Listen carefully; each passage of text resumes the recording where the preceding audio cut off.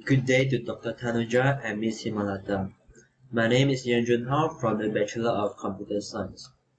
Today, I will reflect on what I've learned in this Understanding Entrepreneurialism module.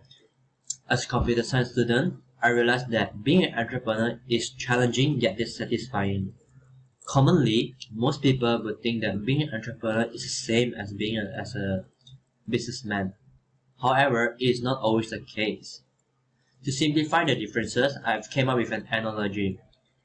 As a businessman, you purchase fruits from a wholesale and resell with a higher price. While the entrepreneur will use the purchased fruit to sell as a fruit yogurt. Next, I've also learned how to apply the lean business model canvas to provide unfair advantages in delivering so much appeal to the customer so that they rush to buy your product. Moreover, it's crucial that identify the target market because it enables the firm to direct resources to those customers with high potential for sales growth, interest in the product, and brand loyalty.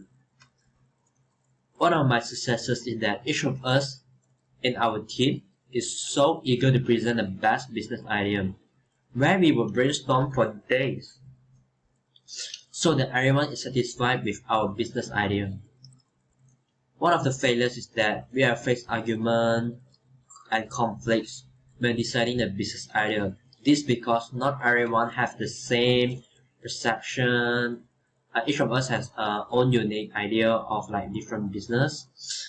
And after coming up with the business idea, I've encountered challenges completing the business plan and lean model canvas due to time constraint and the lack of business knowledge. Luckily, our group will hold several weekly meetings to ensure everyone was on track.